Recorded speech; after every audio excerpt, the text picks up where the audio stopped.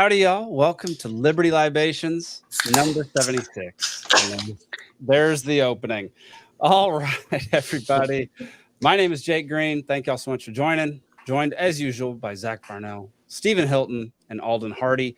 The other two members of our cast are currently in Washington, D.C. Me and Zach will be joining them tomorrow for the Libertarian National Convention. It's a massive event this year. It is wild how many people are going to be there. Taylor Swift's going to be there. I wouldn't put it past her, you know. We got Donald Trump showing up, RFK Jr., Vivek Ramaswamy, all of the LP candidates. We're going to choose our nominee for president and vice president at this convention. It's going to be awesome. It's going to be a really fun time with a lot of boring times in between.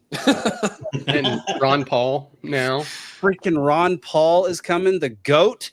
Thomas Massey. Heck yeah. I had no idea Thomas Massey was coming. Yeah, Wow. Apparently he's just doing a swing by. He's going to come, walk around, say hi, and leave. But you know, there is a benefit to having it in the armpit of the United States. You know, like as much as we don't want to go to the swamp, there's a benefit that you can actually attract people that wouldn't normally come to these things. Mm-hmm. We got Robert Breedlove coming. He's a huge Bitcoin guy, Bitcoin advocate. He explains Bitcoin in some of the most impactful and powerful ways that I've ever heard someone speak it. Similar to how Michael Saylor does it, except Breedlove is looks like he could be like a male model. So, you know, I feel like it probably connects better with women. Could be wrong about that. I don't know. It's going to be a good time. So we're going to do at least one live show from the floor of the convention. It'll be me, Zach, Nick, and Zane. It will not include trivia or anything like that. It will be strictly what's going on at convention, what our experiences are, see if we can pull some people in to give quick little interviews while we're there. So, yeah. What do y'all got? What do y'all got going on? Steven? I'm trying to lose a little weight. You know, I'm on the Zelensky diet. It's where you just let Putin eat your lunch every day. Seems to be working pretty well so far. So who's your Putin? Is it actually Putin or is it somebody else? No, I was just joking. Hannah says, what up? When they do decide the president, what? Oh, when do they decide? It's going to be Saturday, correct? That's what it's been decided. Yeah. What up, Grumpy? I imagine that a good majority of the people who normally watch this show are currently hanging out at the convention. So it might just be Hannah and Grumpy in the comments tonight. We'll see. We'll see how it goes. Also have some good news. Alden, our Pants Drunk episode should be out tomorrow. Oh, nice. Yeah. We're doing a subscription-only bonus episode series called Pants Drunk. And it's basically one-on-one conversations. The first one was me and Alden talking for almost 2 hours about all sorts of stuff. LP convention. We talked about raising chickens. Everything and about, nothing. Personality tests and how that helps you in everyday life. We talked about the history of prophecies for Christ and somehow connected that with Carl Jung. I have no idea how we did any of that, but yeah, we talked for a while. And those will be out only on Apple Podcasts for the time being. Pretty soon, we're going to be launching the Dollar Media Club on peacefulseed.network, where you can subscribe for $1 a month forever, and you'll get full access to all of our documentaries, our movies, our shows, our bonus episodes, basically anything you could possibly want. It's our value. What? What'd you say? Said it's our value menu. It's our value menu, and it will never go up. Unlike McDonald's, which apparently went up what was it, 200% since 2020? A thing of fries was $1.79, and now it's $4. What the That's heck? only in certain cities, though. But I think overall, I think they were doing the average. The size of the Big Mac is down 40% since it was originally released. Yeah. And the price is up over 100%. What do they call that? Shrinkflation or some kind of thing like that? Yeah. Yep. Shrinkflation. They're trying to put some ban on shrinkflation right now, and it's How? Why are you wasting your time with this? Just get a better currency. What if we ban the Fed? Like, there we go. That would fix it. Doesn't that work more? Like, yeah. All right, what's everybody drinking? We didn't talk about that. Zach, what do you got? Or you're probably not drinking anything. Well, I have one Guinness, and then I have what's medicine? Some weird ginger stuff to cure me of all my ailments. There we go. Steven, what you got going on tonight? Rocking the local brand again, the Pearl of Pine. That's my favorite. With that logo. What kind of beer is it? It's an IPA. That's a West Coast IPA. I just got a Yingling Light and a little sidecar Jameson, the Caskmates. Nice. I've got a little Glenlivet 18. Ooh, jealous. Yeah, it's I don't drink it often, but 18 and delicious, man. It's so good. It's so sweet. Yeah, it's crazy. What are you celebrating? Hannah's calling us out. She's drinking Rabbit Eye wine because I support the sponsor. I tried to be drinking Rabbit Eye wine. Okay, y'all. Well, our show is brought to you by Rabbit Eye Wine. See this little guy right here in the clouds behind me. Rabbit Eye Wine, the best wine in all of Georgia, made from blueberries. Friend of the show, Mr. Will Bell. They grow it down in South Georgia. No, North Georgia. Yeah. South Georgia. Yeah, it's South. Yeah. I got confused for a second. It's now the best wine in DC too, because Buddy's brought some up to the convention. Oh, yeah. Nice. Oh, yeah. Good job, buddy. Let's see. Swamp Cat Network says he's drinking Jim Beam and Coke. Dig it. All right. Yeah.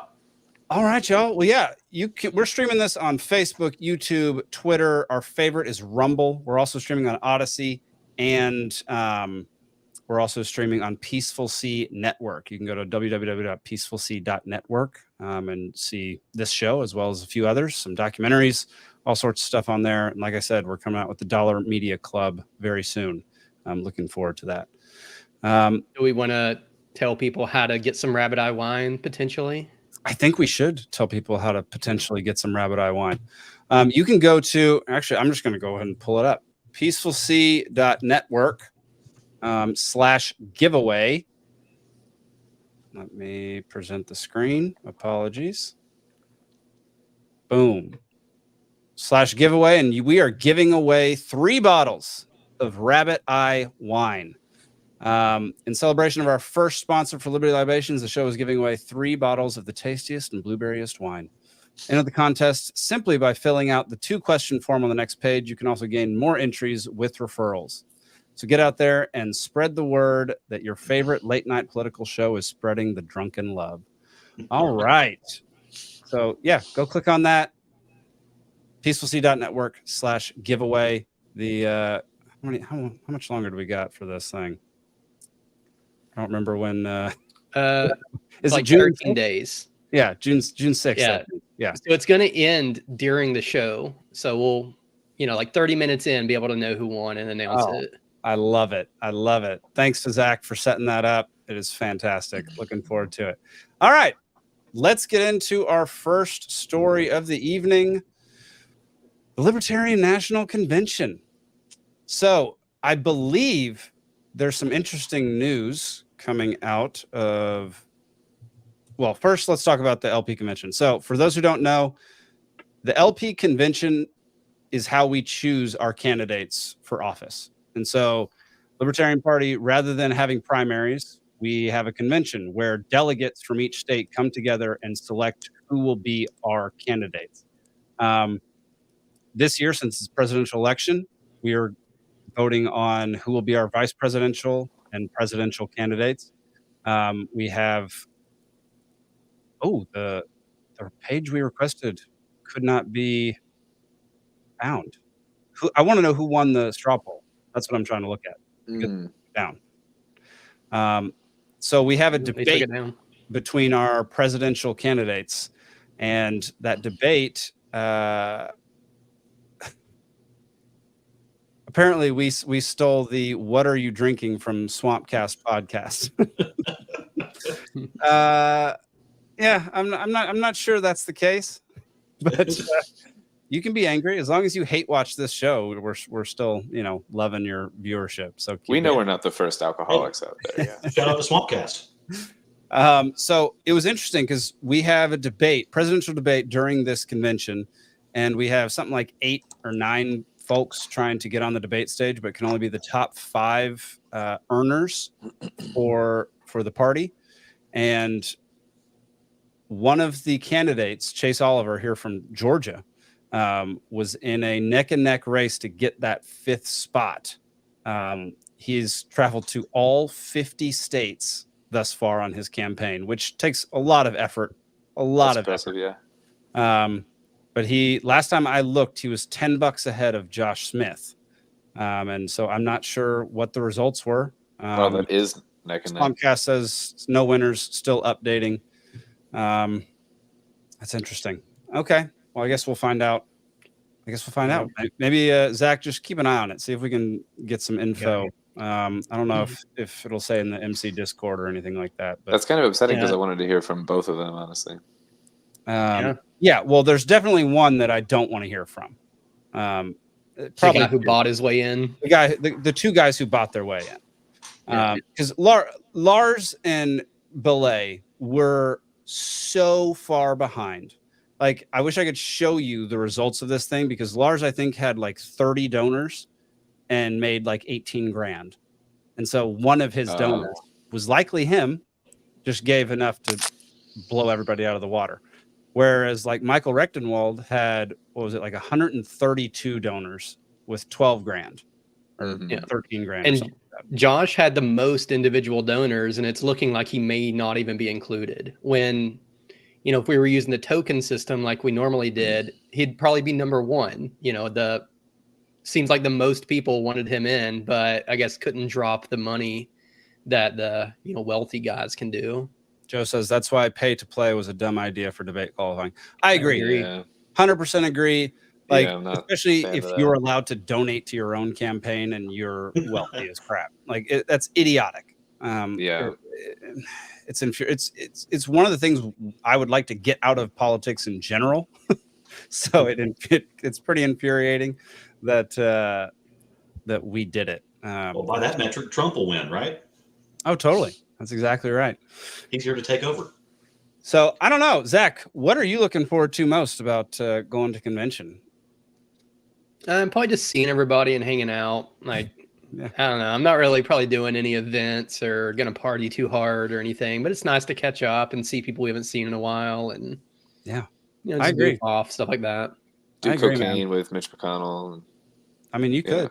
Yeah. I mean, probably next door. No, I think it's going to be. I'm looking forward to that for sure. I'm looking forward to. I got my media credentials just like you, Zach, so I get to go do some media stuff, which will be fun. It'll be a brand new type of convention for the LP, one that actually has hype and a lot of people there, whereas normally it's just a bunch of libertarians with some like libertarian adjacent people. This time it's people from all over the spectrum. So it's going to be far more interesting than it has been in the past, in my opinion. Not just the autism spectrum for once. Yeah, it's the rest of humanity spectrum as well. Steven, is the reason you're not going because you just had a baby? Pretty much, yeah. Okay. Yeah, got a lot of family duties. Yeah. No, I figured. All right, and Alden, why aren't you going, you slacker? That's why. I'm a slacker. Got it. Yeah. Okay. Well, cool.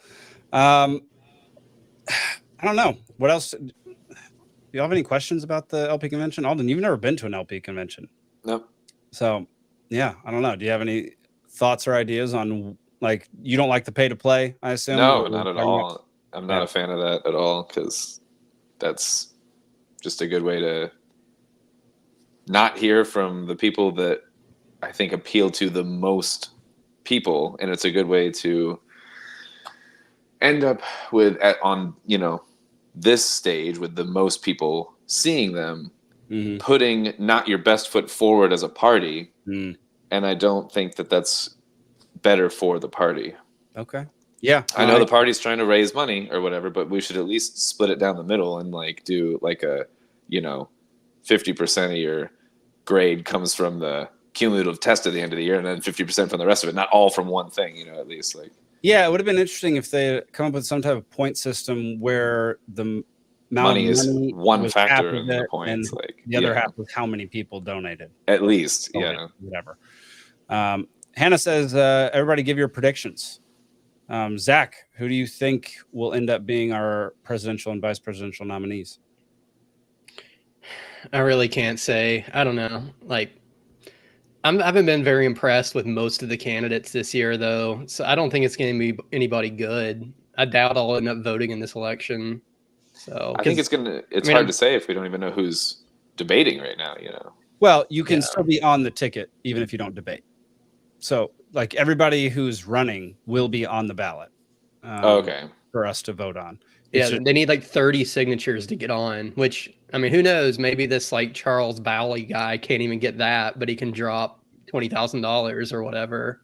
Yeah. But yeah. My thought, I think if Chase or Josh don't make it onto the debate stage, then it's going to come down to the one who did and Rechtenwald.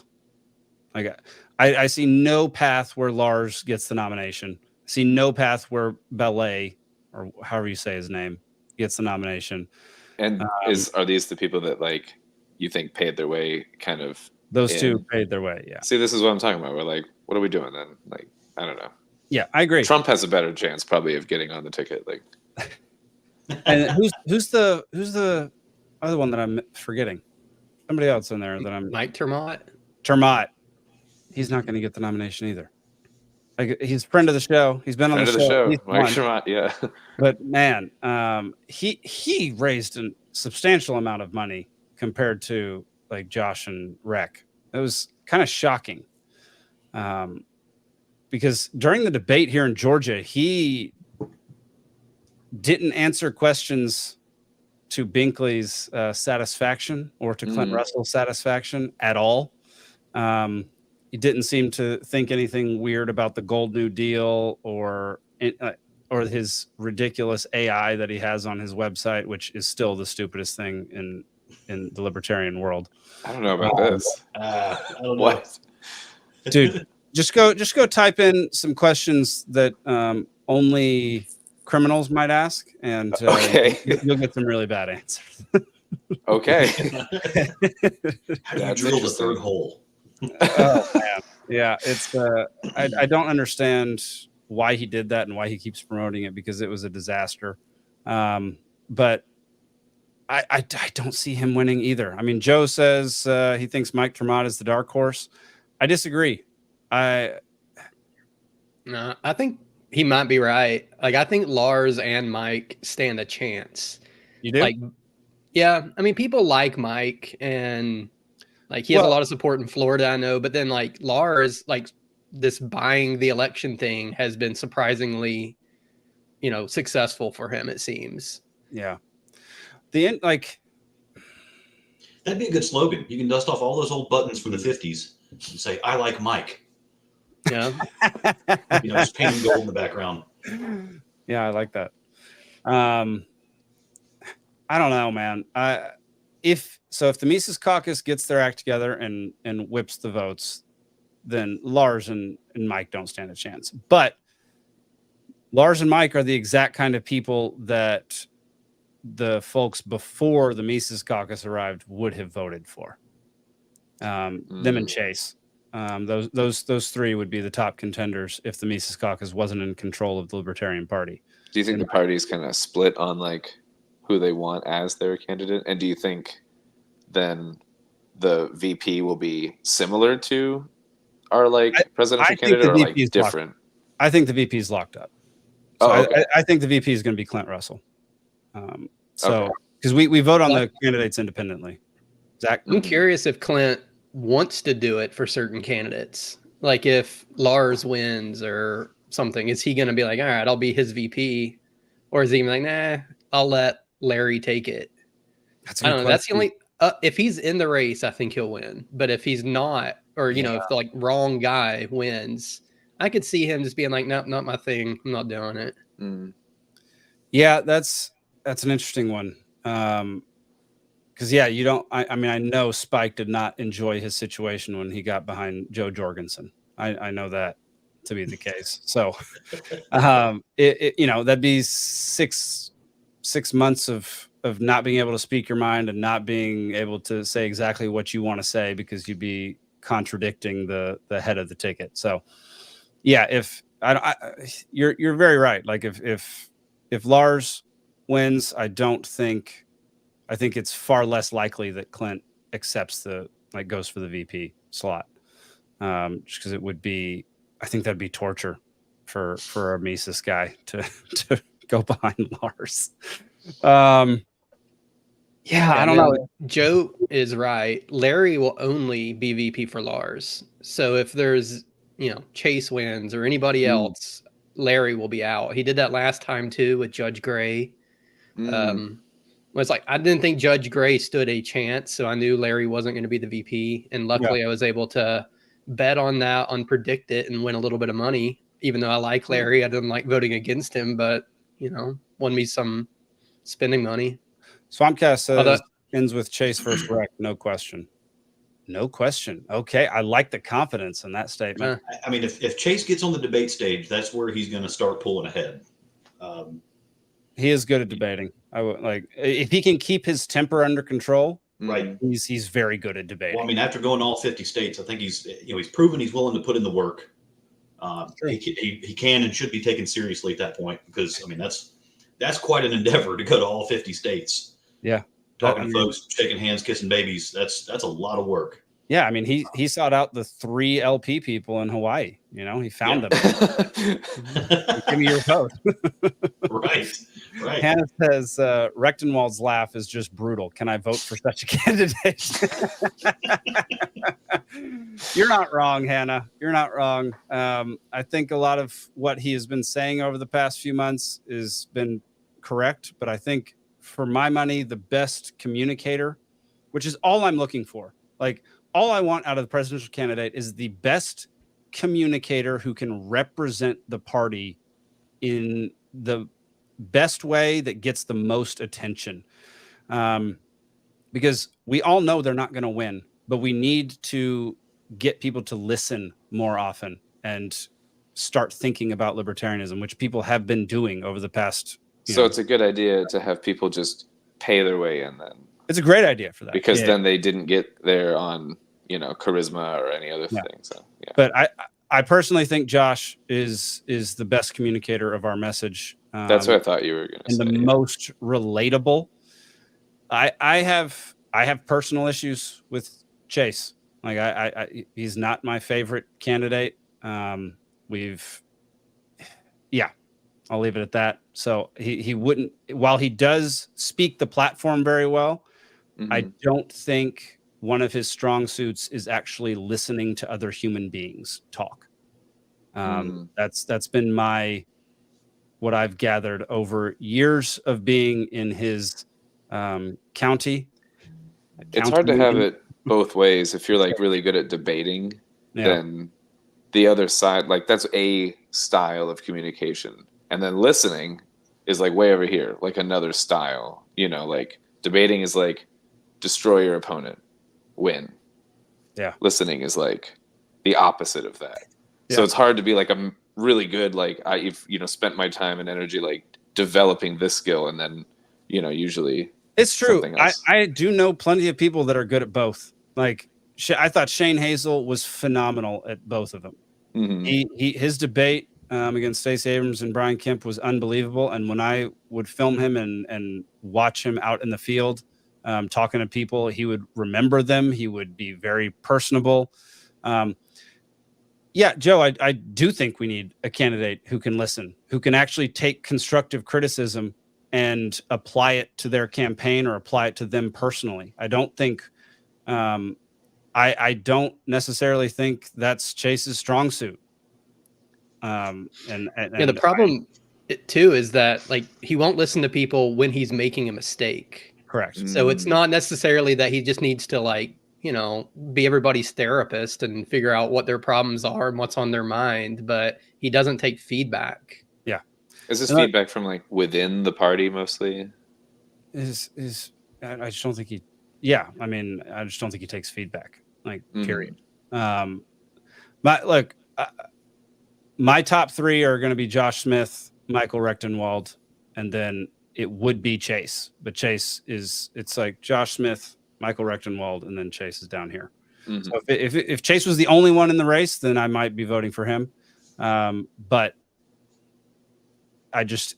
Josh has the good debate skills that Chase has, but Josh is far more personable, will actually listen to you, is approachable, and he just represents the party very well. And yeah, I like him. So that's my takeaway from it. Yeah. I'm hearing rumors that Mike Termott was the one who didn't make it. He was 6th, but nobody knows for sure right now because the page went down right at 8. But apparently people who were looking right at 8 saw that he was in 6th place. So, man, that means Chase and Josh ended up earning like $4,000 in about 20 minutes. That's unbelievable. That's true. That is impressive. I mean, you know, they may have just put that in themselves. Well, yeah, I mean, you're in DC. Just go stand on a street corner with a sign and a bucket.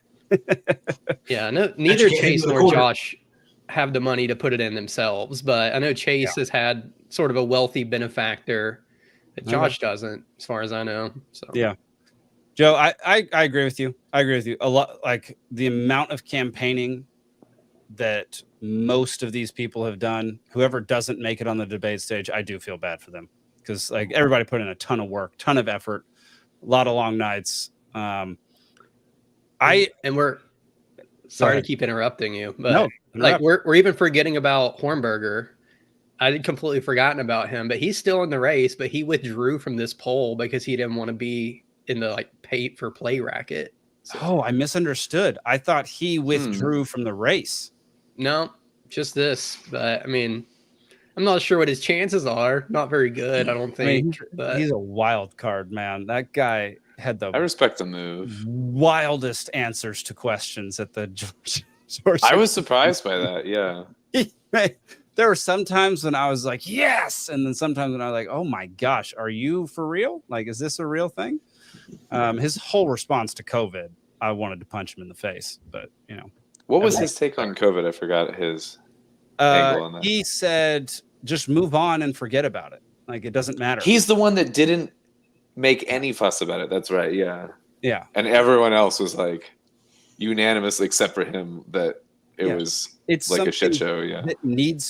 It has to be shown as an example. Like, it can't be forgotten. You can't just forget that because no one ever apologized for it. No one came back and said we were wrong. Anything like that. Like it has to be something that's addressed. And he just kept deferring to doctors. He's not a doctor, so he can't. Right. Yeah, that's right. Well, yes, you can have an opinion on that. Yeah. Like, yes, you can. Yeah, I don't know. It's going to be a very interesting weekend, and I don't really know how it's going to end up. I'm really interested to see who got on this debate stage. But I don't know. Other than that, that's all I've got for the LP convention. Anybody else got anything? Zach, you got anything else that I haven't touched on yet? No, don't think so. I mean, I'm along for the ride. I'm loving all the hype. I'm loving all the drama. Yeah. Some of it sounds like an episode of Jerry Springer, but I kind of missed that show. So. Oh yeah, no, I'm in a chat with all the LP Georgia delegates, and half of them are talking about how they're going to wear their funeral attire to the Trump speech. Oh, and I'm sure a few are there just to vote for RFK. It's just ridiculous, man. It's ridiculous. What's the funeral attire supposed to symbolize? That it's a funeral of the Libertarian Party. Of the party, okay. Yeah, that Trump speaking is somehow an endorsement of his behavior, and we sacrificed our morals and our principles for money and attention. Yeah, which I so badly want to bring 2 outfits for this thing. One is just A Speedo. head to toe MAGA, just nothing but MAGA. Like an American Eagle patch on a jacket, a red hat. Yeah. And the second is a cell phone on your shaman belt costume from J6. Oh, wear the shaman costume the entire time. Oh, I'm not going to do that. I'm bringing suits and ties, so I'm being respectful. Honestly, don't know if he went through with it, but Buddy was saying that he would dress up as the QAnon shaman. the shaman guy. Yeah. I don't know if that materialized. He would make a perfect shaman. Let's see. Hannah says, can I handle 6 more months of Dave Smith trying to convince me that Rechtenwald is a great messenger for liberty? That's the question.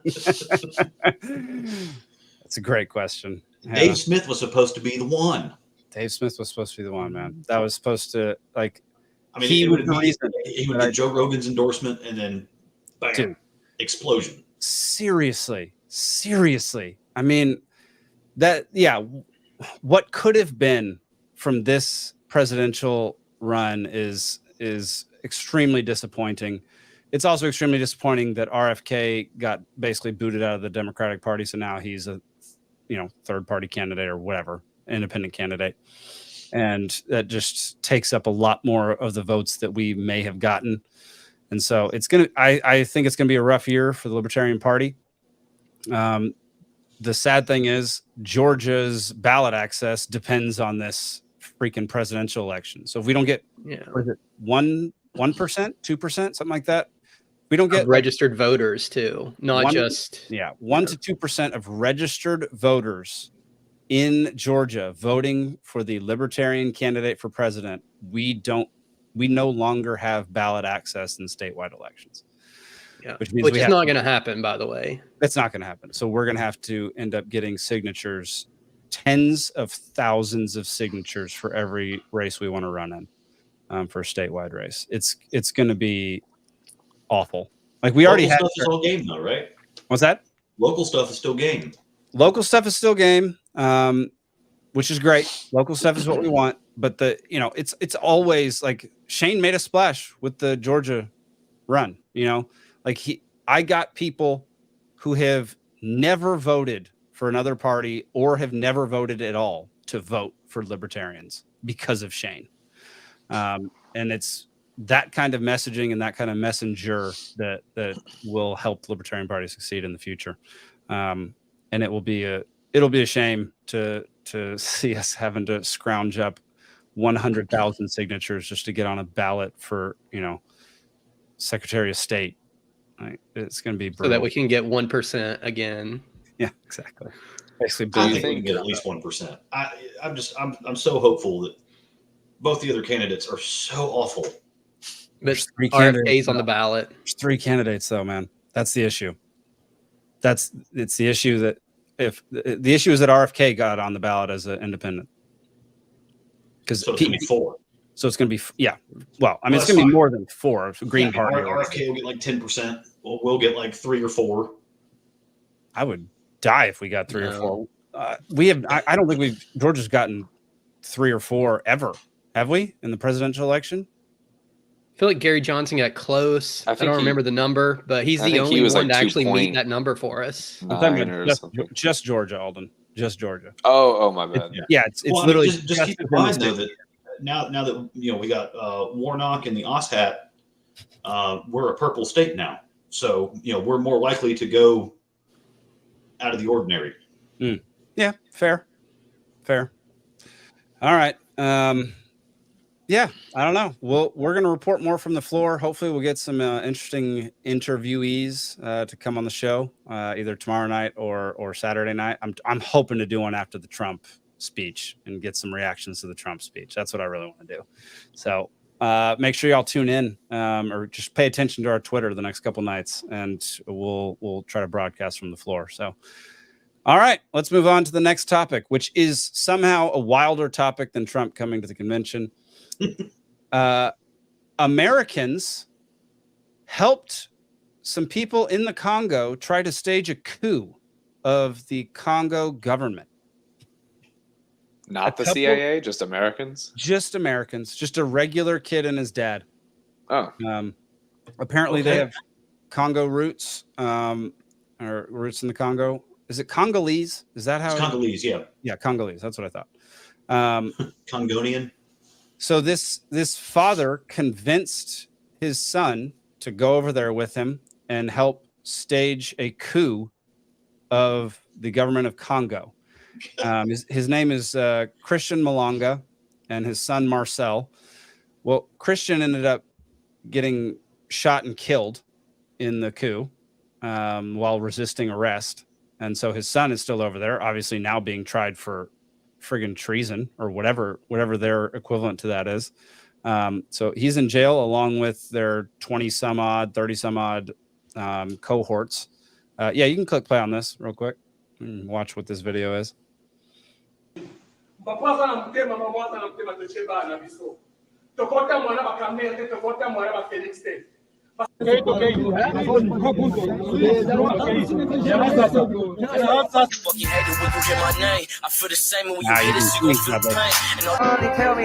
This is just a compilation of the son. It's just, I think they're just showing that seemed a pretty like normal American kid.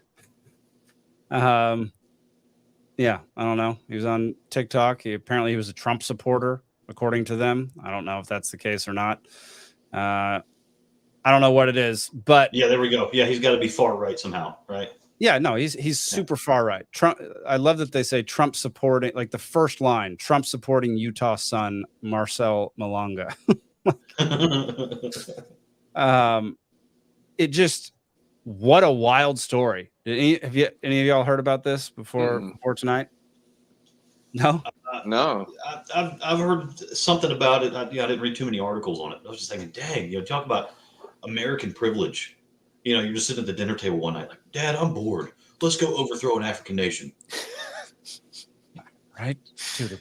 What? It's a wild story. Like, that is so bizarre. I mean, that's definitely something that I've dreamed of doing before, but I never actually do it.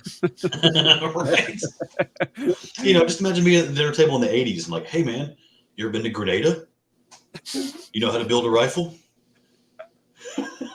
Get in the plane. Yeah, I don't know what's like the mentality that possesses somebody to fly to another continent, to a country that I don't think they'd ever been to.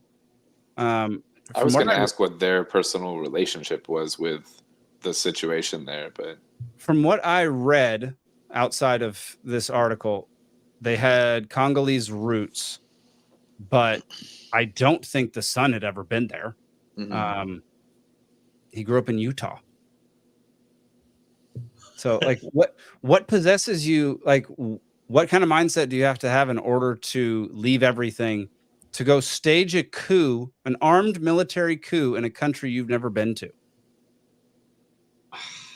That's wild. And then do you just get to come home like nothing happened? Like nobody has anything to say about that, or is he going to be in trouble? Like, good question. Like, is he actually going to go on trial? That's a big question. It didn't look like they had much of a posse either. I mean, it was just like 3 of them. How successful was this? Like, I mean, like, did this happen almost immediately? Yeah. Okay. All right. That's what I. Is he still alive?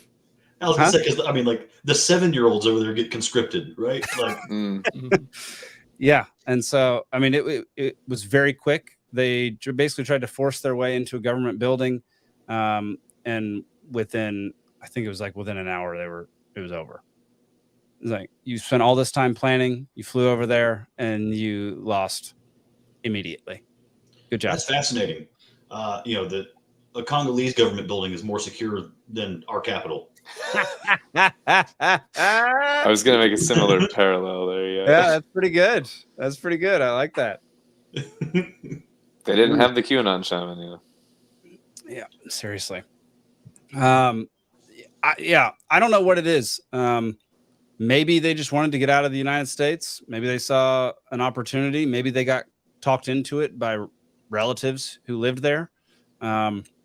There's not a ton of information about this story yet. I just thought it was so bizarre that we had to talk about it. Yeah, I mean, the only knowledge I really have of Congo is that movie in the late '90s, Congo. With the mutant gorillas, and Taco Bell had this whole line of tacos and burritos they did in honor of it, and that was I awesome. don't remember the tacos, but Oh yeah, that's when they came up with the volcano burrito. They had the volcano sauce. It was like a spicy cheese sauce. So Interesting. good. Yeah. I do not remember that daggum movie. But the upsetting thing about this is that I feel like our government is more corrupt than the Congolese government, then, because they didn't have their police ushering people in. But fair. Yeah, I mean, Dave Smith has talked about this for years, about like different levels of corruption. It's like, if you're in a like third world country and a cop pulls you over, there's a chance you can just pay that cop to leave you alone. And like that, that's the type of corruption, but it's way better than the kind of corruption that we've got, where a bunch of people behind the scenes are just doing things with unlimited power to do whatever they want to just completely screw us over because they have the power. Their tactics are more surface level. It's just good old fashioned kidnapping and bribery. Whereas we have things, all this underhanded 5th generation warfare stuff like parallel construction, and all of a sudden there's kiddie porn on your computer, even though you hadn't turned your computer on in 5 years. Stuff like that. Let's get back to kidnapping and bribery. Let's get back to that. Let's get back to the good old days, right? The roots of government. Yeah. Okay. Let's go to Congo and start that. Next, it'll be tar and feathering again. Interesting. Okay, so how's my mic doing now, Zach? Is my mic doing okay recently? Yeah, it's good most of the time. It's like the cable's loose or something. Every now and then it switches over to your internal one, but it's not really even that bad. It just lasts like a second. But I don't like that. Both of them clicked in a little more, so maybe that'll fix the problem. Thank you for alerting me. All right, I don't got anything else about Congo. Well, I'm definitely going to keep an eye on this story though, because it's fascinating. So, let's move on. Oh, you found the video, Zach? Did you find no, it? this one was on X. It's the one on Instagram that didn't pull up. So Okay, sweet. Well, let's watch AOC make a fool out of herself, per usual. Oh, we got to share. Are you for real? So let's talk about this, because so much of our national conversation, which is not a conversation about immigration, is driven by people who could not care less about immigrants. Often people want to say, why aren't you talking about the border crisis? Or why aren't you talking about it in this way? Well, we're talking about it. They just don't like how we're talking about it, because it's not a border crisis. It's an imperialism crisis. It's a climate crisis. It's a trade crisis. And also, it's a carceral crisis. And they want to say, what about the surge? I had to look up that word. Well, first of all, just gut check, stop. Anyone who's using the term surge around you consciously is trying to invoke a militaristic frame. And that's a problem, because this is not a surge. These are children, and they are not insurgents, and we are not being invaded, which, by the way, is a white supremacist idea, philosophy.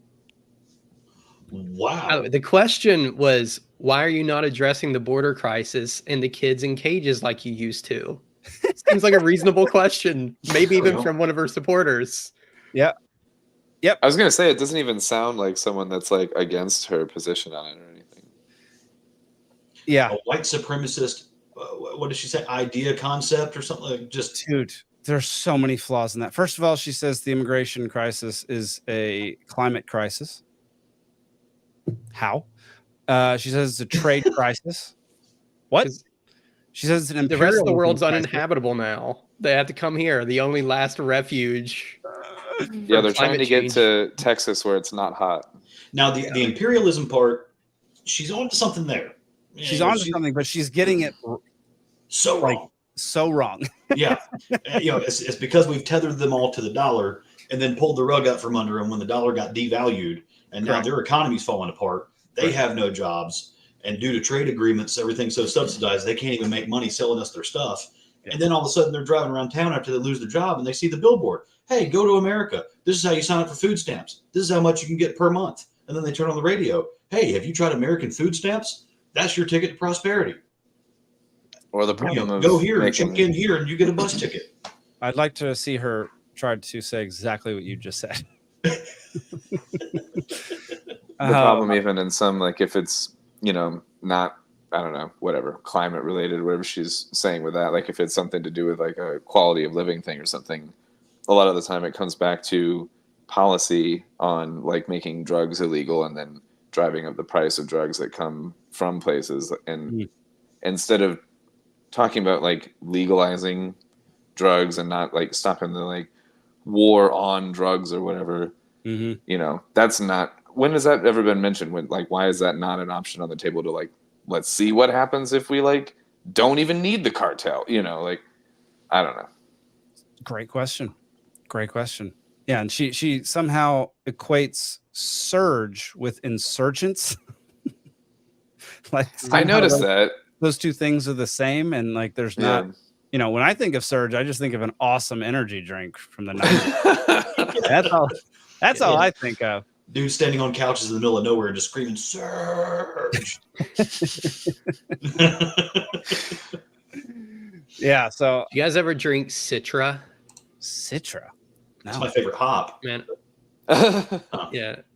That was another one. I mean, it was sort of like Squirt, which I also really like Squirt, except Squirt's not caffeinated. We all like Squirt, yeah. There you go. Well, if you read the ingredients, it's not actually pee. Oh, you were drinking it this whole time. I had to on that one. Sorry, y'all. Got it. Yeah. Goodness gracious. Yeah, I mean, Hannah brings up a good point. How is this not drunkard of the week? It's a great question. It was a tough week. It was a tough week for the drunkards out there. We do have a winner that we'll reveal later on. This is also going to be a shorter episode because Zach and I have to get some sleep. I got to get up at like 4:30 in the morning. So it's overrated. Shut your mouth, Steven. So yeah. What's 4:30? Huh? What is 4:30 in the morning? I don't understand this time. You must be speaking a different language. Yeah. Oh, you mean bedtime, right? Right. Oh yeah. I'm going to bed. Yeah, at 4:30. Oh, okay. No, that's proper. Yeah. Yeah. Totally. Yeah. No. Surprisingly, it's not the most embarrassing thing that was said on camera this week. But it is pretty embarrassing that she can identify problems, and most of the dumb people who happen to get elected to Congress or Senate can identify the problem, but then they identify the exact incorrect answer or solution to that problem.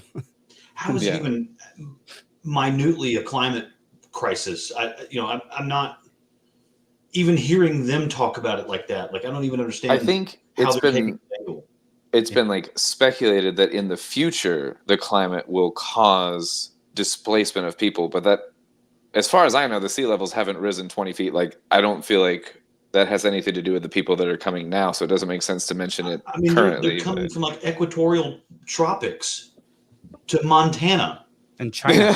No, I'm not saying it makes sense right now. I'm just saying it's been mentioned as like another, like a level of it, like down the road, but I don't think it makes any sense to mention it with people that are already migrating or immigrating. But yeah, and you can also immigrate south in the southern hemisphere if you need colder climate. Rather than going through the Darien Gap, you could just go down to Argentina. Yeah, I hear Patagonia is real nice this time of year. Patagonia is actually all times of year. It's actually really nice in the winter. Our winter. It's nice all the time. Okay. Friggin' love Patagonia. Place is beautiful.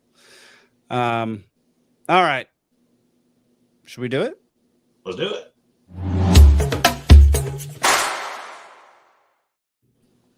Welcome to Libations Trivia. Oops, there we go. All right. Let me, y'all, I was shockingly so far behind today that I didn't have anything pulled up. So let me just give me 1 second while I pull up the questions here. It's 3 rounds of trivia. We got 10 questions in the first round, 5 in the second, 3 in the third. I'm not gonna have a scoreboard today. Well, maybe I will. No, I don't know. I don't remember what my friggin' scoreboard was. I like when the score is chaos. It's fun. We're definitely gonna have scores. You're just not gonna know what they are. All freaking right. Let me share my screen. Is it shared? No. There we go. There we go. Let me find the scoreboard. I think it's I don't remember what it is. Is it better score? What it is? Yes, I got it right. How about that? All freaking right. I'm already losing. Yeah. I don't really know how to reset this one, so I'm just gonna have to Do the old manual. do the old manual. Yeah, I actually don't think I can do anything except it's a long click to bring it back down. Isn't that so stupid? This is so dumb. That's painful to watch. It's so painful to do.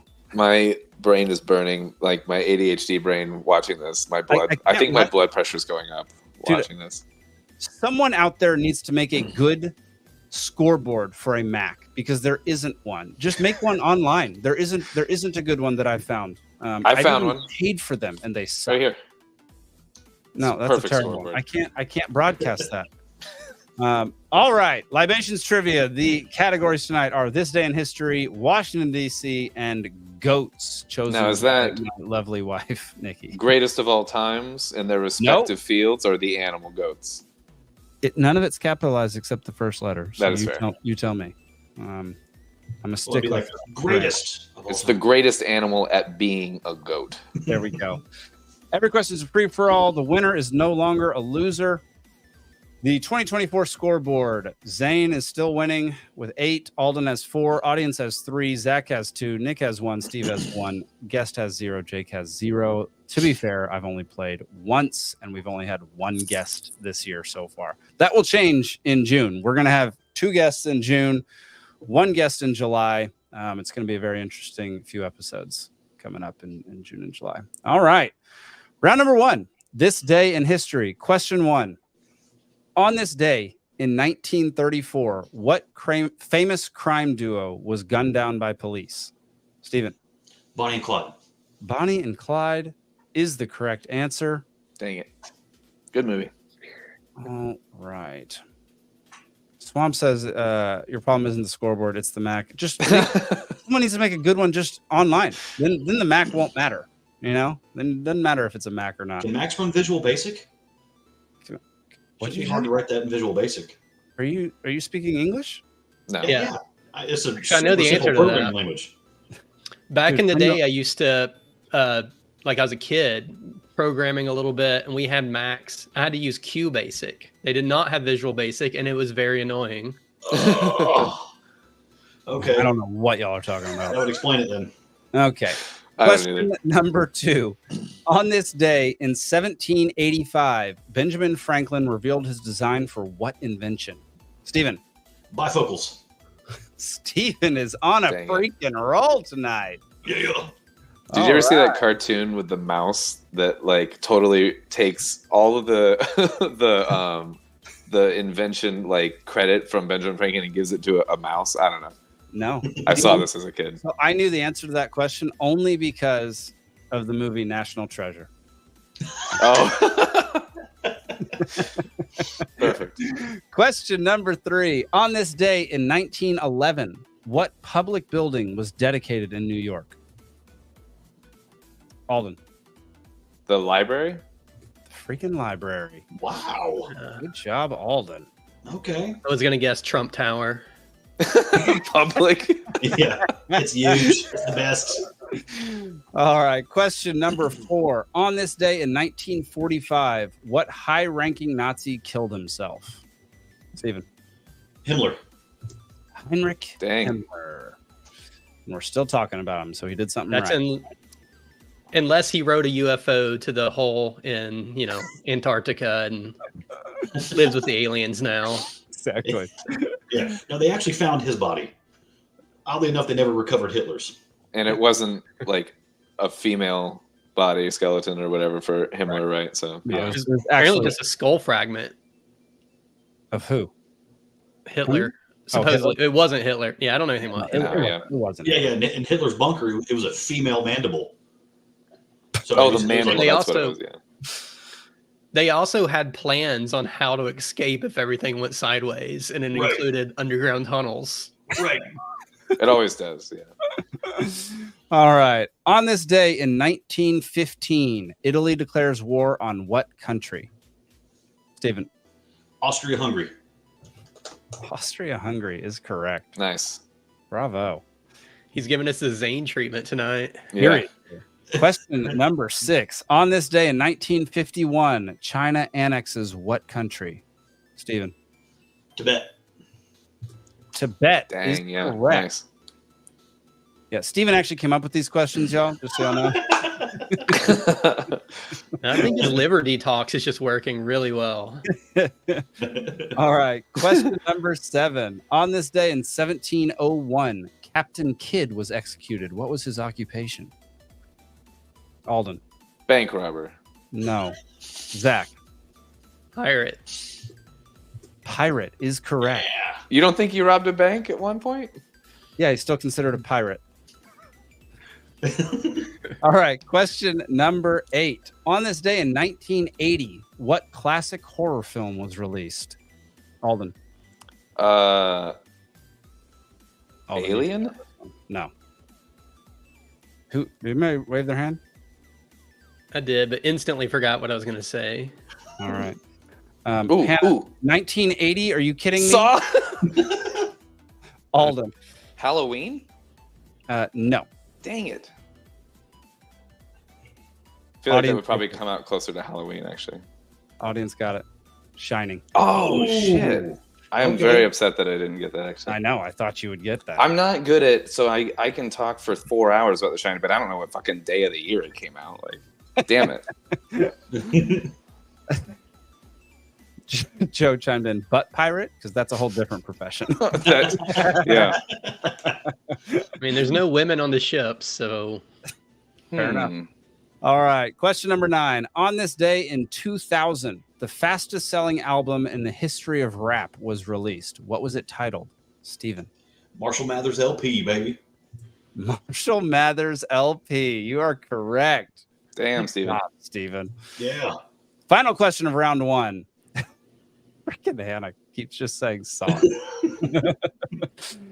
Question number 10. On this day in 1969, considered the first rock opera, the album Tommy was released by what band? Alden. The Who. The This was my answer last week, and it was wrong. Now it's right. All right. After one round, Steven has 6. Alden has 2. Audience has 1. Zach has 1. So it's anybody's game. Yeah, it's anybody's game. Round number 2 is about Washington, D.C. Boo. Question number 1. In what year was D.C. made the capital of the United States? Steven. 1800? Everybody gets a guess. Remember, this is a number one. So 1800. Alden, you got a guess? 1846. Okay. Zach. 1789. We got a big spread on this one. You edged out the audience by 1 year. Oh, yes. Then Grumpy came in with the correct answer a little bit later. That is wild. All right. All right. Question number 2. Which major river runs along the western border of DC? Steven. Potomac. The Potomac is correct. Oh, yeah. Sorry, Zach. You get 2 points for that one. Question number 3. What was the original name of Washington, D.C.?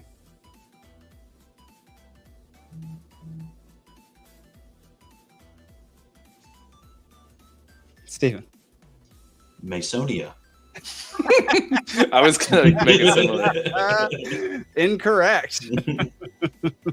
Alden. New Babylon. No. Depends on who you ask. Here. No. Zach, you got a guess? No. Hannah says territory of Colombia. No. Grumpy says hell. Incorrect. Yes. Joe says Native America. Yes. Y'all have Oh, my 5 God. seconds. There's really no good. Yeah, Steven? Pangea. No. Alden. Capitolia. Oh my gosh, these are dumb guesses. The correct answer is Federal City. Wow. That's worse somehow. I know it is. All right. Sounds like it's from a Pokemon game. It does sound like Yes. Oh my God. That's exactly what that's with this music in the background too. Like, I feel like I'm on a Game Boy in the year 99. Like, Question number 4. Which DC neighborhood was originally a tobacco plantation? so we have to know a DC neighborhood then, right? There's only one that basically everybody knows. At least that I know of. Steven? Reynoldstown. No, I've never heard of that. RJ Reynolds. I'm grasping straws. Alexandria is incorrect.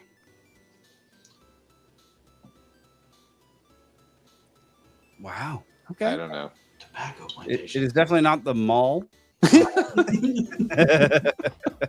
It's my favorite neighborhood. Here's a hint. A major university is stationed there with the same name. Alden. Harvard. Oh my gosh. No.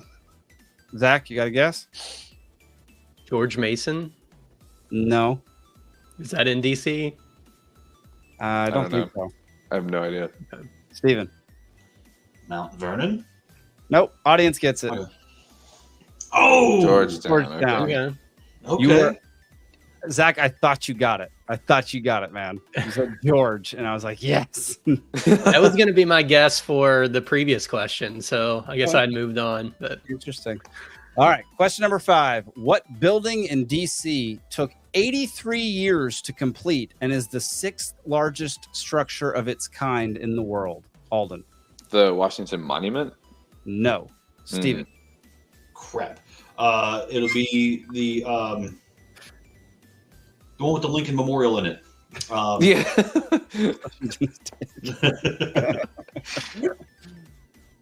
It is not the one with Lincoln Memorial in it. Okay, cool. Zach. yeah, the Capitol. No. It is not the Pentagon. Steven. That got me there too. It is not Library of Congress. I'm guessing it's going to be some kind of big ass hotel. Incorrect. Alden. Oh, The underground labyrinth of tunnels underneath the city. No, those still aren't finished. Yeah, Zach. exactly. Washington Cathedral. It is the Oh. Good job, Zach. Zach cut the lead down by a little bit. Nice. Steven, after 2 rounds, is up 8. He has 8 points. Zach has 5. Audience has 3. Alden has dropped to last place with 2 after getting nothing about DC correct. You know what? I'm proud of that, actually. Fair enough. All right. Round number 3. Points are 3 points per question. All right. It's all about goats. So enjoy that. Question number 1. What is the term for a female goat? Zach. There are 2. You can get one of them. Okay, good. Nanny is my guess. Okay, but I actually don't think goat farmers call them that. They call them does. Yep. Doe or nanny. Hmm. 1, 2, 3. I was going to say taco Neck, meat. Ooh. neck and neck. All right. It is still literally anybody's game. Alden can tie it up and spoil it for everybody. Yes. All right. Here we go. What is the name of the goat's rumination process where they regurgitate and rechew their food? Steven. Bleeding. No.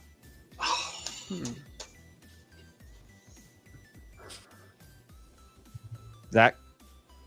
Mastication. No. Steven. Mm-mm. No. It's Alden. Eh. Gross. Incorrect. Joe says eating. To them, I guess. Yeah. Yeah. Steven? Chewing cud. Cud chewing. Okay. Is that what that is? Yep. Yeah. For some reason, I'm like, no, only cows do that. We can't call it that when it's a goat. But That's disgusting. And I had a stuffed animal when I was a little kid, and it was a goat. and you I named squeeze it and I it named it barfs. Goat Hay. That's a really dumb name, but I was like 4. Goat hay. Yeah, because I thought there was hay in its mouth, but it was really just a beard. Perfect. I think I still have it here, actually. That's So, awesome. yeah. All right. So the only people that can win are Steven, and then Zach can tie it up. And then we'll go to a, I don't know, rock, paper, scissors tiebreaker or something. All right. Question number 3. Alden and the audience, you're out. No, actually, you're not out. Spoil it. Let's do it. What is the name of the enzyme in goat's milk that makes it easier for some people to digest?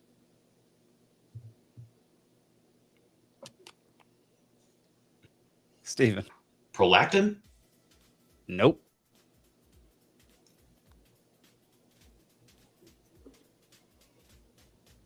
I actually thought Alden would know this for some reason. We'll And see no, if it sounds it familiar is here. not pasteurization. I'll hop in when they're done. Steven. Lipase? Lipase Nice. is Nice. correct. Yeah. Good job, Steven. Yeah. You killed it, man. Frickin' A, man. You friggin' dominated. How about Yeah, that? man.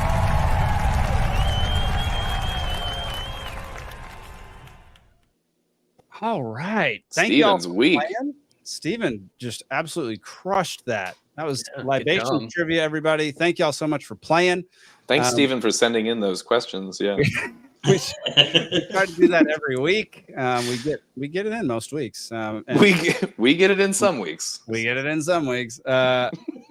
Most of the time from now on, Zane will be hosting, but he is preoccupied in Washington, D.C. right now. I have a feeling that if the comedy show ends soon, we'll be getting a live feed from Zane or Nick. That's just my thought on what might happen over the next 30 minutes or so. Yes, Joe, that's what she said. We get it in most weeks. we have an I almost update on made- the straw poll. Okay, can we put it up on screen? Yep. That doable? Yep. The goat hay poll. Okay, so All right. ballet. Okay.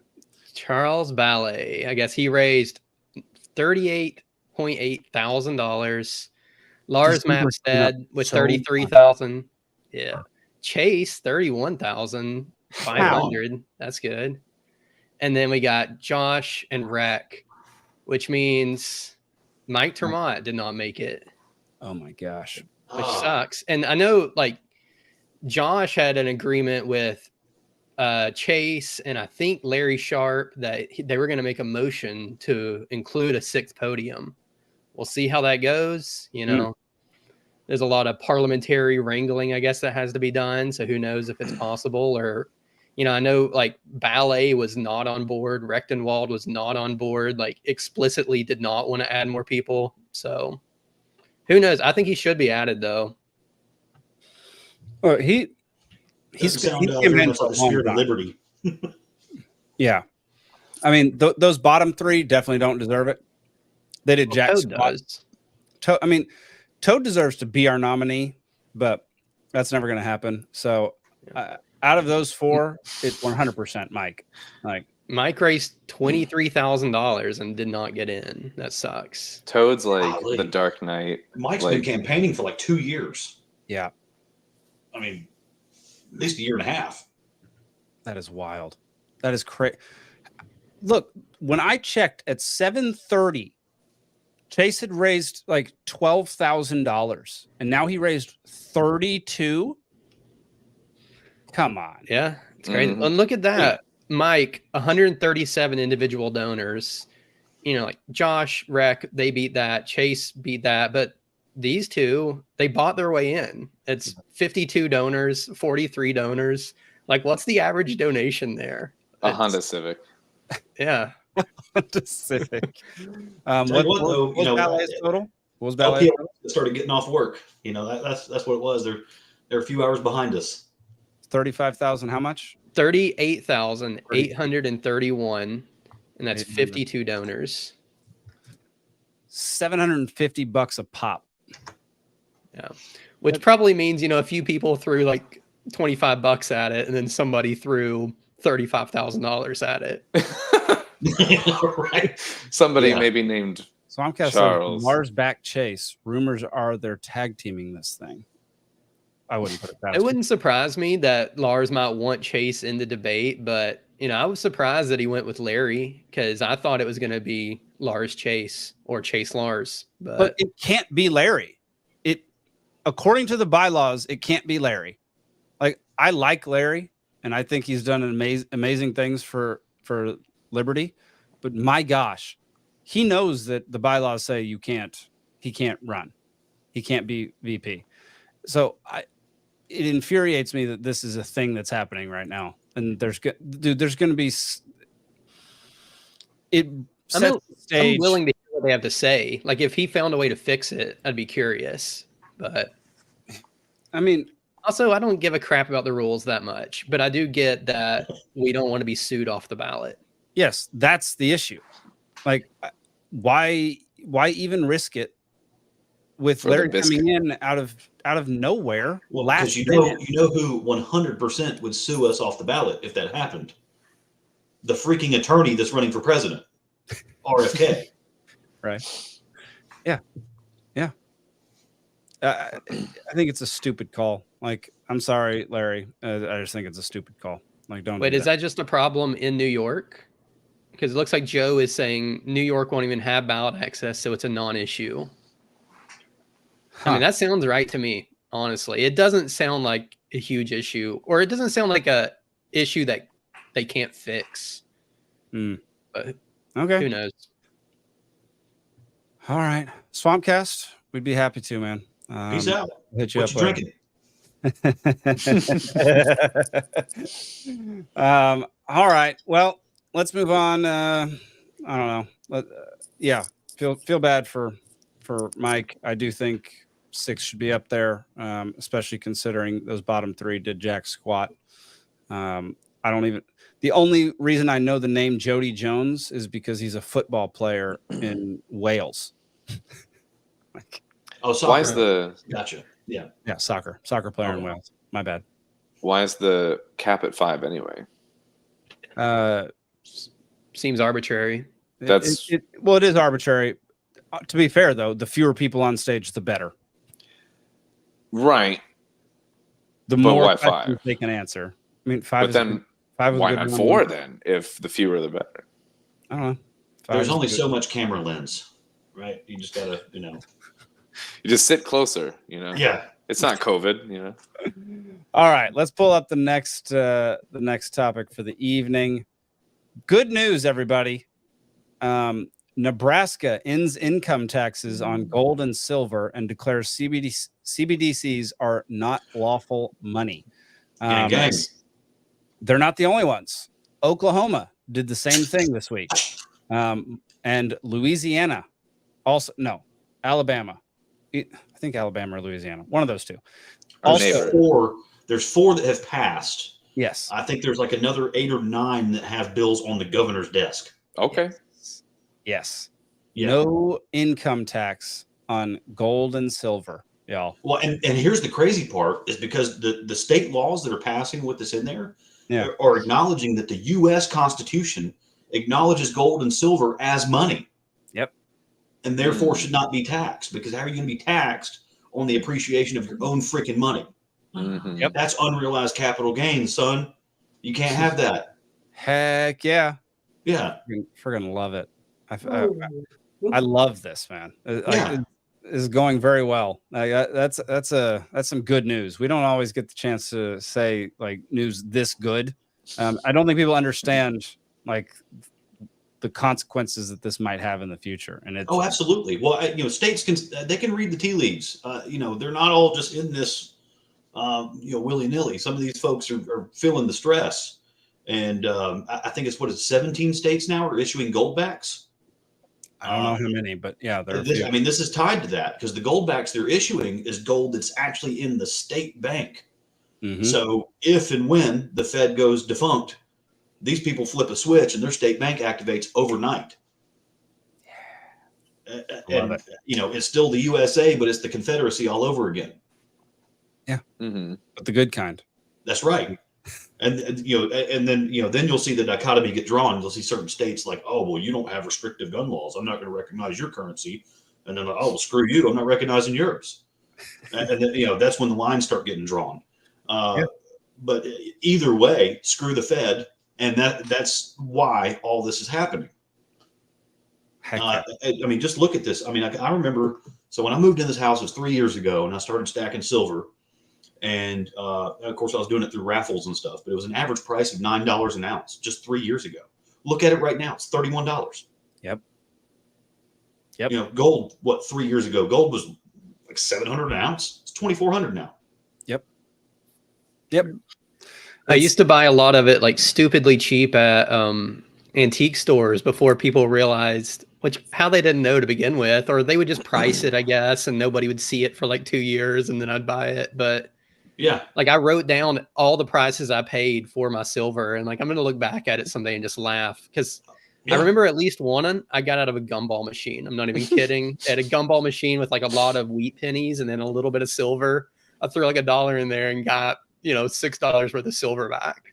Okay. I remember a friend of mine about 6 or 7 years ago just being pissed off because, you know, their dad passed away and they had a 100-ounce silver bar on the bookshelf. And they were like, it's a damn paperweight. What am I going to do? This thing's massive. Why do I have this? You know, just hey, complaining. You still got that 100-ounce? You know, yeah, I'll take it off your hands. You know? Right. I know it's in the way. Yeah, it's real inconvenient. Yeah, a couple of years ago. I mean, if you look at actually like percent of increase, silver has been the way better bet than gold. Mm-hmm. Year over year. Fun fact, by the way, at the height of the Depression, silver was $100 an ounce, and it has never once come close to that.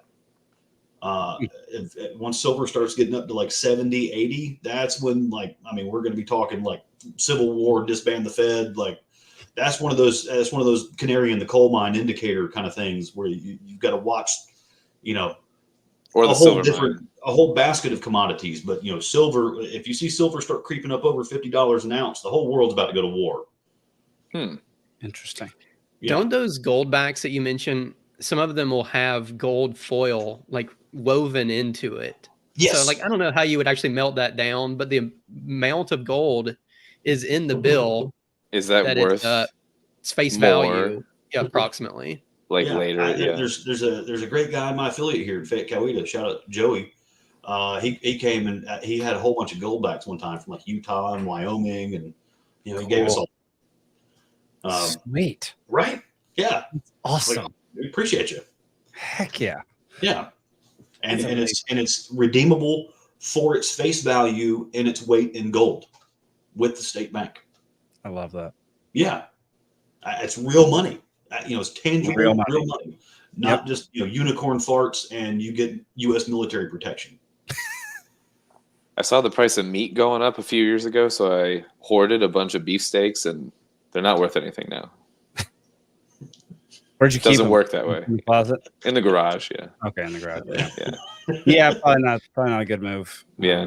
Yeah, I get the impulse though. Yeah. I thought it made sense, you know, but I do hear the value really comes when you eat them and crap them out. Then they're really people love that. Yeah. Yeah. Yeah. Goodness gracious. So, right. and you can look at that too. You know, it's further evidence that the dollar is in distress, and it's clear cut that there is an orchestrated plan from within to debase our entire economy. Yeah. And so states are doing what they can with the resources they have available within the legal framework, because obviously you don't want to just scorched earth burn it all down. Right. Because, you know, at that point, it's a crapshoot of who's going to rise from the ashes of all the chaos. So they're trying to preserve the Constitution, make moves that they have constitutionally available. And this is their way to legally put up their middle finger towards DC. or Federal City, as it should be known. So they can see the writing on the wall. The dollar's in distress. You compare us to the Japanese yen, who per capita owns most of our debt than anyone else in the world. Mm-hmm. We are channeling right now at a 30-year high against the Japanese yen, which, they had basically their Great Depression in the late 80s, early 90s. And the dollar versus the yen, even as crap as the dollar is right now, the yen is so much crapper that we're, higher than we've been in my lifetime against the yen. The Canadian dollar, we're like $1.36 right now. Like almost my whole life, we have never, ever been above $1.25 Canadian. Mm. That is substantial. What else? British pound, we're back in channel where we need to be. I think they just did some austerity measures. They did some things. They cut some deals to get where they need to be. The euro, just a couple of months ago, US dollar was like more than a euro, which the European Union had to get together and they're like, hey, this is not the intention from this is the whole reason we have the European Union, is because we're always going to be greater than the dollar. What the hell's going on? And then they had to make some changes, and some other countries had to do some buy-ins, which means some savings accounts take some haircuts. So, flashback to 2012, 2013, when you have Greece, Cyprus, Malta, they did those bail-ins where everybody with over 250,000 in their account got a reduction, and the government just took it. So, heads up, the FDIC only insures you for 250,000. So if you got more than that, that's what the government's going to take. So let's everybody invest in Bitcoin. That's absolutely absolutely right. If you got $1 million to spread around, don't have it in one account. Don't have it in one asset. Yeah, diversify. Get some stakes. Get some stakes. Put them in the closet. Let them sit there for a few years. No dry age. Pay off. Well, yeah, I like that good news, y'all. I like it a lot. But let's go watch an idiot talk. I am not fucking drunk. Well, 19th or blue. Every pretty girl deserves to go to a ball. This is everything about it's a clam. I love it. I gotta be honest with you, I feel like I'm a little bit too drunk to stand up. On Wiedersehen, asshole. I'm drunk right now. All right. It definitely could have been AOC this week. Right. But it could be this guy every single week. So here's Drunkard of the Week, Mr. Joseph Biden. I was vice president. Things were kind of bad during the pandemic. And what happened was, Barack said to me, go to Detroit and help fix it. Well, poor mayor, he spent more time with me than he ever thought he was going to have to. God love you. I'm not as think as you drunk I am. There was so many from him this week, man. Oh yes, yeah. I saw one where he was talking about Jesus said if we had more airplanes in the Revolutionary War, it wouldn't have lasted as long, or something like that. What? Yeah. So yeah, he's only a few wars off there. Goodness gracious. God. Why are you going to Detroit to fix COVID? First off, obviously you're not VP during COVID. Second off, yeah. Why are you going to Detroit to fix it? And does he want us to think that he did fix it? Like it's gone, because of him, or did he and I failed? It didn't work out. There's there's a lot of ways to come at this one. Oh my god. Yeah, there's it's every way, man. Wow. He's the guy. Did you see an Italian version of SNL did a skit about him? No, I'm curious about that. You got to go watch that. It's I don't know where it is, but it is hilarious. He's walking up to the podium to give a speech and he falls, and the Secret Service comes and helps him back up, and they walk away and he falls again. They help him back up and he just walks past the podium. It's freaking my favorite campaign video, aside from the one where he's talking about kids brushing his leg hair in the pool. Aside from that, it's the one where his wife reaches out to help him off the podium and he bites her fingers. What? Yeah. That was oh man, that was the best. He did. On purpose? Oh, yes. Oh, yeah. Yeah. And he's grinning about it like he's just cutting up, you know. Yeah. Yeah. He's This guy is so weird. trying to be playful, but he's just being, a molester. He's a freaking Alzheimer's patient. Yeah. Like, come on. Dude, Kamala's tweets this week. Does anybody follow Kamala's account? No, my God, Never no, I'm blocked. not a masochist. I follow her. Just so because we're tweeting at her left and right from Liberty Libations Twitter account because it's all just gold. It's all stuff that's amazing. And she mentioned yet again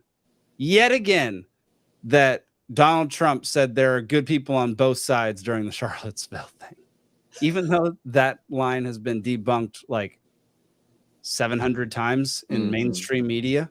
Like even mainstream, yeah. Yeah, even the corporate. What'd you say, Stu? He never said that, did he? No. Yeah. He didn't say that. It was. I was going to say the whole thing about like there's good people on both sides. That was like John McCain running for president. No, he said the words, but it was not applying to the Nazis and the very next line. The Nazis. Yeah.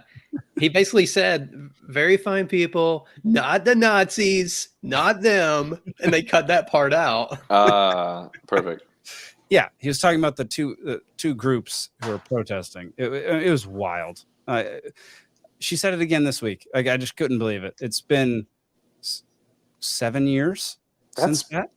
Is that bold? Like, does she know that like people saw the first one, it was debunked, and she was like, I'm going to say it again anyway? Or is it like out of being aloof and like, I don't know. She knows who her audience is, and she's trying to replay what got her where she is. Yes, exactly. She's pulling back from the old playbook. She thinks she can just repeat it because they're out of ideas, just like Hollywood. That's why we're getting like remakes of all the movies we grew up with.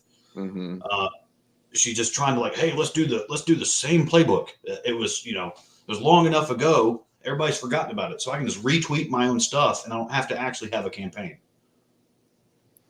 Yeah, well, hope that doesn't work. Speaking of,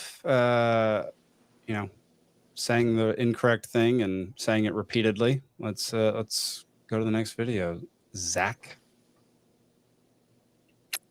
do we have the right one here? That's not the right one. It's I think that might have been the one that was not coming up. Oh, interesting. Let me go. Yeah. Okay. Well, in the meantime, I've got a bit of local news. Okay, let's hear it. City of Griffin, Georgia, Spalding County, about 30 miles south of Atlanta, June 1st. There is a machine gun manufacturer opening up in the town square, Mammoth Arms, and it is their goal to have eventually something south of Atlanta in the middle Georgia area where they have about 100 acres, and they're trying to recreate. What's that place in Kentucky? Knob Creek. Where you have all manner of warfare that you can just pay to play and just throw some lead down range and let off some stress. And they're trying to do that. And it's going to be awesome. I've met the guy. He's a good dude. They're going to be selling knives, water filtration, e-bikes, storable food, and of course, guns and machine guns. I can get on board with this. Right? I'm excited, man. It's so close to my house. It's right by where I work. Yeah, like cool. I'm about to know this guy. We're gonna be friends. That's awesome. Yeah. Joe said Cop City. Militia City. Yeah, no kidding. All right. Yeah, Zach, you're right. They took that video down. The video I was going to play was just a reminder that no one ever said they were wrong about COVID. And it was just a bunch of people screaming at us in the media for 3 years, talking about vaccinations and all that crap and not taking the shot and how we're all idiots and don't do your own research and all that stuff. So anyway, Instagram is still covering that up. Apparently Instagram's still covering it up. So let's go to this one, which was just a quick little video that I thought was super interesting. It's just somebody doing addition every time somebody in the U.S. military fires a weapon. Look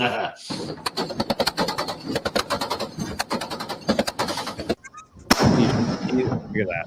1,500. Yes. These are just your tax dollars going right into the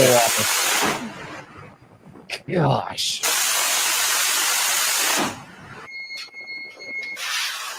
Oh, $905,000. $11 million. wow. Yeah. That is such a good video. What was that last one? The tomahawk or something? I don't know what it was. Jesus.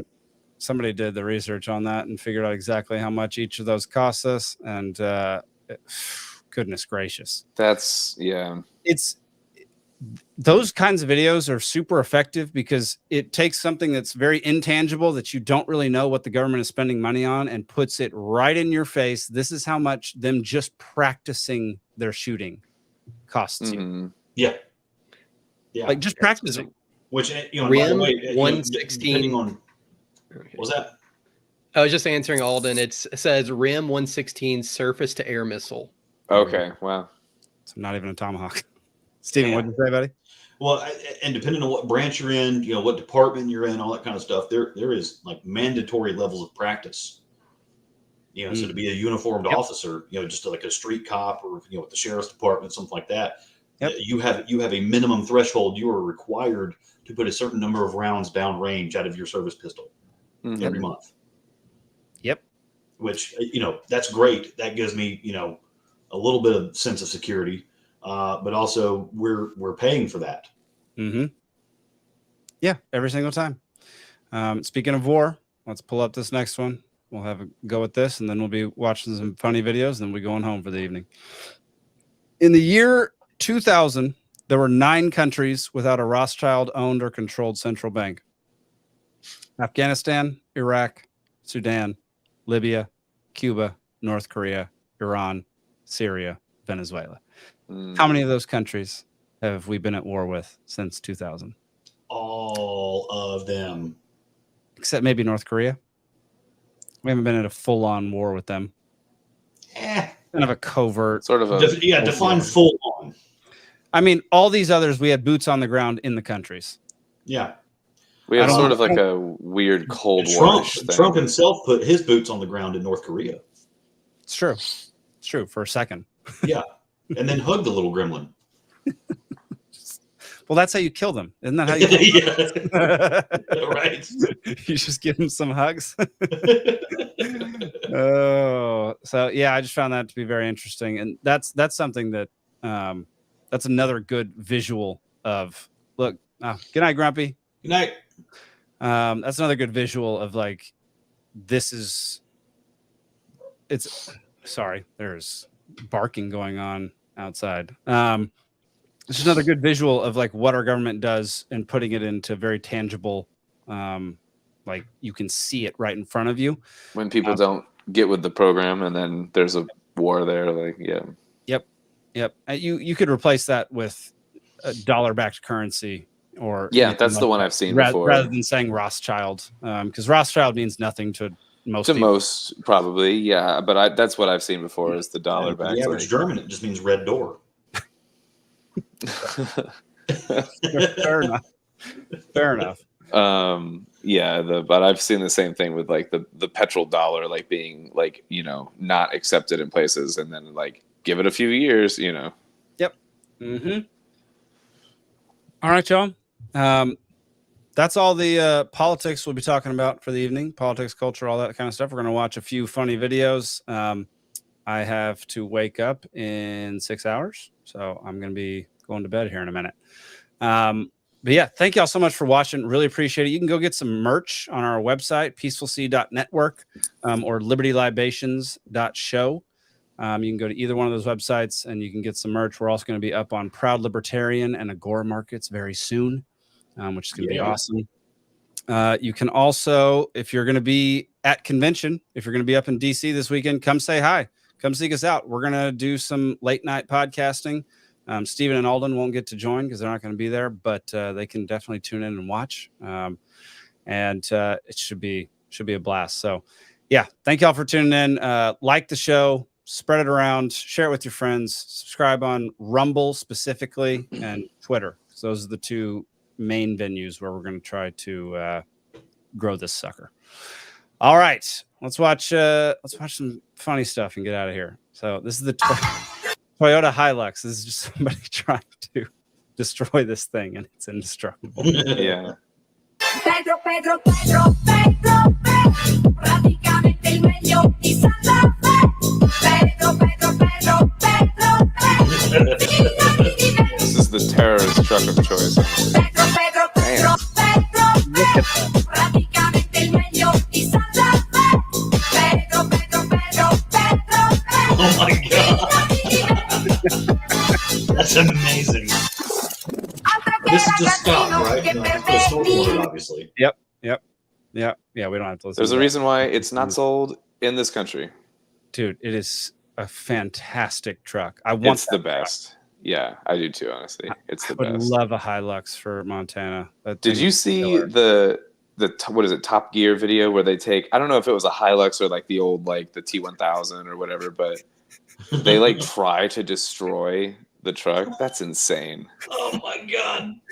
I have not seen that Top Gear one, no. They have a mechanic or two and they're only allowed to use like, what is it, like gasoline and duct tape and a wrench or something to like get it back running again, and they like let the tide come in and like, and they drop it off a building and they do all this crazy stuff, and like the truck never dies. Like it went on multiple episodes and they could not kill the truck, so they just had to give up. They just stopped trying to kill it. Like, it was we insane. got to get some of those here in the States. But now the new Toyota No. Tundras are having, or is that what you were gonna say?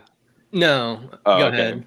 They're just not the same, and they put like a little turbo engine in like the full size truck, and now they're having a lot of failures and stuff. And like, they suck. Yeah. yeah, Yeah, It's not I've the been same. seeing cars, a lot of them, and even some trucks with like 3-cylinder engines. That's unless it's a hybrid and you have like battery support, that's just not a good idea. But There's a new Toyota Hilux that's coming out in India, and it's like $13,000. And I think it doesn't even like come with a bed. Like you have to like, that's an upgrade, but still. or is it like a flatbed or something? But Yeah, it may be a flatbed or just like literally the place to bolt on a bed there. Yeah. it's just So you can ride share with 45 people. Exactly. They can all just stand on the axle. it's standing room only back there. Yeah. Yeah. All right. This next one is an uncle feeding his sister's baby barbecue ribs. His vegan sister's baby barbecue rib for the first time. Oh man. Scroll up. Yeah.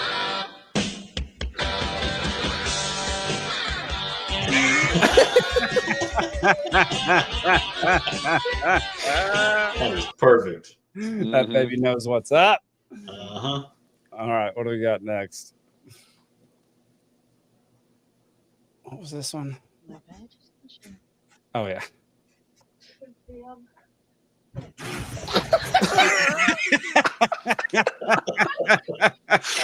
Oh my god.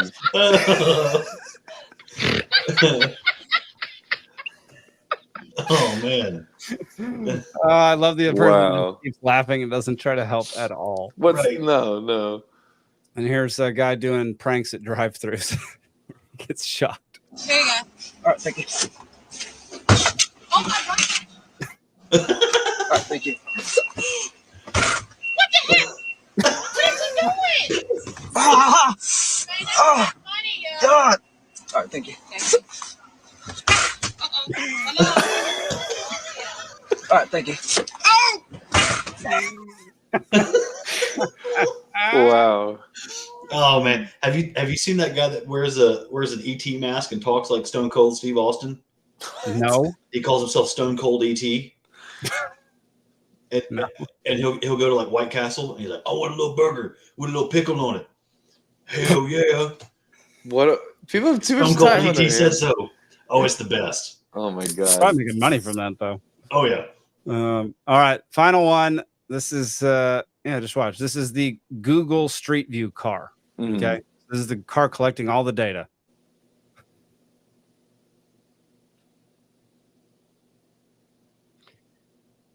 And I like how this made it onto the maps too. It's not like this is a live feed or anything, but somebody going and browsing later.